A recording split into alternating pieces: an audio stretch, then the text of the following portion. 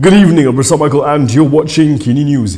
Azilah Hadri's explosive allegations in a statutory declaration regarding the murder of Althanthuya Sharibu has been the country's top story since it broke yesterday, and today the plot thickens.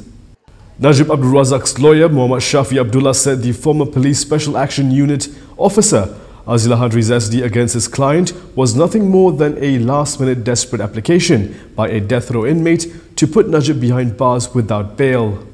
Not only that, Shafee smells a high-level conspiracy. According to the veteran lawyer, Azilah met with a VVIP outside the prison in February. I'm aware that from February, Azilah has been visited, and there is very reliable information which I cannot confirm, that Azilah met a VVIP outside of the prison in February. VVIP like? I can't say.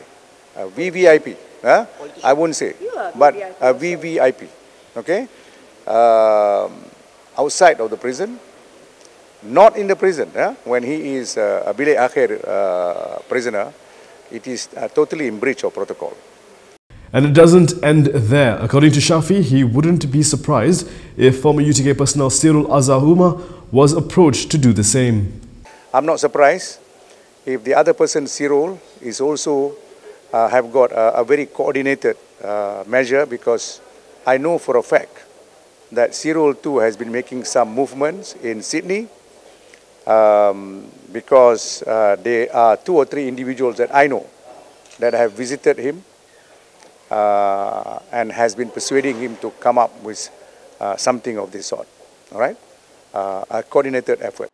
Shafee said this when met by reporters at the Palace of Justice in Putrajaya. He was there to represent Najib, who is intervening in Azilah's application to the federal court to review his conviction and death sentence for murdering Althanthuya in 2006. The possibility of a conspiracy is why former Prime Minister Najib Abdul Razak wants the police to reinvestigate the murder case of Althanthuya Sharibu, according to his lawyer. Najib's lawyer, Muhammad Shafee Abdullah, told reporters today that Azilah was being used by some people in an attempt to put Najib behind bars. This is why Najib wants the case to be reinvestigated for the sole purpose of finding out who is behind the SD. Who is behind this perjury? Because we think it is not Azilah alone. Azilah, I can understand he is desperate. But who is behind Azilah in trying to put my client? Because I think they can see that the cases of SRC and 1MDB is not going far in terms of speed. Quite obviously, the judges are doing a wonderful job. It is not going as fast as some people wanted it. My client, they wanted to put in jail from day one. So I suppose this is another third attempt. Shafee also had a cynical take on the content of Azilah's SD, which he called laughable. He said it is unbelievable that Najib would demonstrate to Azilah with a slit-the-throat gesture, which Azilah claimed the then Deputy Prime Minister did when ordering the murder. Azilah accused Najib and Razak Baginda of ordering the killing of Althanthuya. The SD was filed together with his affidavit seeking a review of the federal court's decision and retrial. Althanthuya's family hopes they will finally see justice. Azilah Hadri's shocking statutory declaration is a chance for Malaysia to clear its name. This is according to Althanthuya's father, Setef Sharibu. Setef said he was currently admitted for a health condition, but was aware that Hadrilah had confessed to having murdered Althanthuya in 2006 upon alleged instructions from Najib Abdul Razak, who was the then Deputy Prime Minister. He also said the family hopes this latest revelation can hasten the truth and help his family seek justice for Althanthuya. Setef said although 13 years have passed since Althanthuya's brutal murder, her family had continued to harbour hope that justice will somehow be served. Najib has rejected the contents of Azilah's SD, with the former Prime Minister describing it as a complete fabrication. You know that Mr. Sharibu, the father of the deceased, has been pursuing this from the beginning. So I think that was in 2006, 2007, if I'm not mistaken. So it's been 12, 13 years that he has been pursuing this, because he has been of the position that Azilah and Sirul did not know her. So the question was always who was behind it. That was a question that hopefully will be answered now. with the right investigations and investigations done immediately. Najib isn't the only one with an issue with Azilah's SD. We also have Abdul Razak Baginda. The lawyer acting for Abdul Razak Baginda wants contempt proceedings initiated over Azilah Hadri's statutory declaration.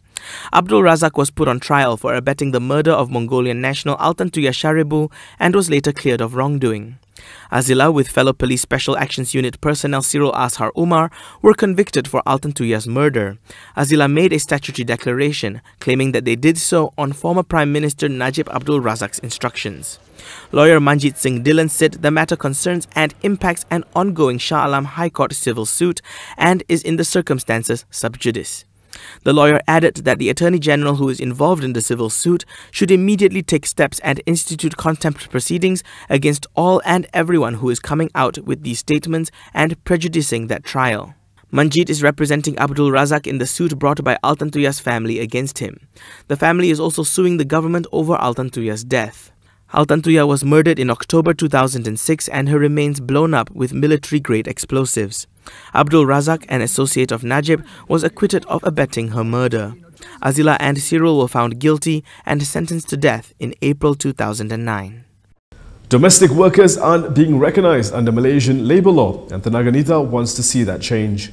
In conjunction with the International Migrants Day, the Naganita has reiterated its call for the recognition of domestic workers under Malaysian labour law and for them to be paid the minimum wage. Without due recognition under the Employment Act 1955, through changing the current reference from domestic servant to domestic workers, the migrant rights group said that the women will continue to be denied of their rights to minimum wage and other protections. But the other issue that we are also facing the concern is when we go and file these claims at the Labour Department, we put in the claims according to the minimum wage. But then the Labour Department says domestic workers are not covered under minimum wage. So that's what we meant by the exclusion, right? Through their years of experience in handling such cases, Glorian said that the problem is not limited to undocumented migrants employed through dubious means, but also domestic workers with valid work permits which must be renewed annually throughout their term of employment. The US House Judiciary Committee on Monday released a 650-plus page report outlining the case of impeaching US President Donald Trump. The United States House Judiciary Committee on Monday released a 650-plus page report outlining the case for impeaching President Donald Trump, and it accused him of committing the crimes of bribery and fraud among the arguments for the impeachment ahead of a full vote expected on Wednesday. Democrats say Trump pressured Ukraine to publicly announce corruption investigations into his potential political rival Joe Biden and withheld military aid and a White House meeting to get Ukraine to act. The report lays out two articles of impeachment: abuse of power and obstructing Congress. However, it also goes further in alleging the committed crimes, citing the Federal Criminal Code. In short, it says Trump's efforts to pressure Ukraine to help him personally while withholding something official meets the requirements for bribery, as he did so when he was meant to be acting on behalf of the American people. This is also grounds for committing fraud. Impeachment is a political proceeding, not a criminal trial, and Trump's own Justice Department will not criminally indict a sitting president. Trump has denied wrongdoing. In a tweet on Monday, he called impeachment, quote, the greatest con job in the history of American politics. Last week, he welcomed the process, saying it was boosting his popular support. It's a very sad thing for our country, but it seems to be very good for me politically. A vote in the Democratic-controlled House of Representatives this week is expected to make Trump just the third president ever impeached in Congress. The matter then moves to the Senate, where the Republican-controlled chamber is unlikely to vote to remove him from office. Delhi police used tear gas as they stormed into a university campus to disperse protesters demonstrating against new citizenship laws. As protests in New Delhi continue to erupt over a controversial citizenship law, students have begun to make their voices heard, which has not gone unnoticed. On Sunday, police armed with tear gas stormed the Jamia Millia Islamia University campus in an attempt to drive out some 600 students seeking shelter in the facility. The controversial act, which was signed into law last week, offers a path to Indian citizenship for certain persecuted religious minorities, not including Muslims.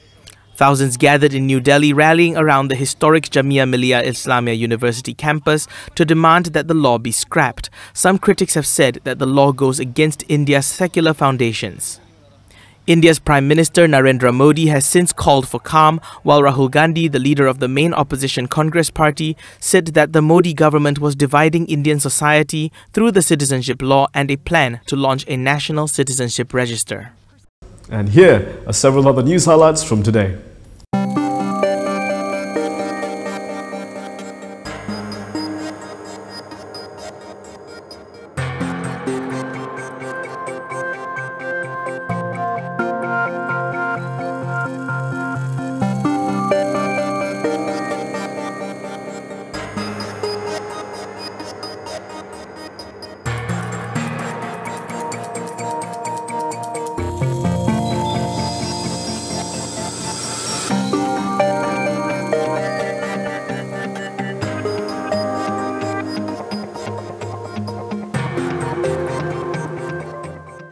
And that is all from me today. For more stories, you can go to KiniTV.com. You can also follow us on Instagram, Twitter, YouTube and Facebook for the latest news updates. I'm Prasad Michael. Thank you for watching. Good night.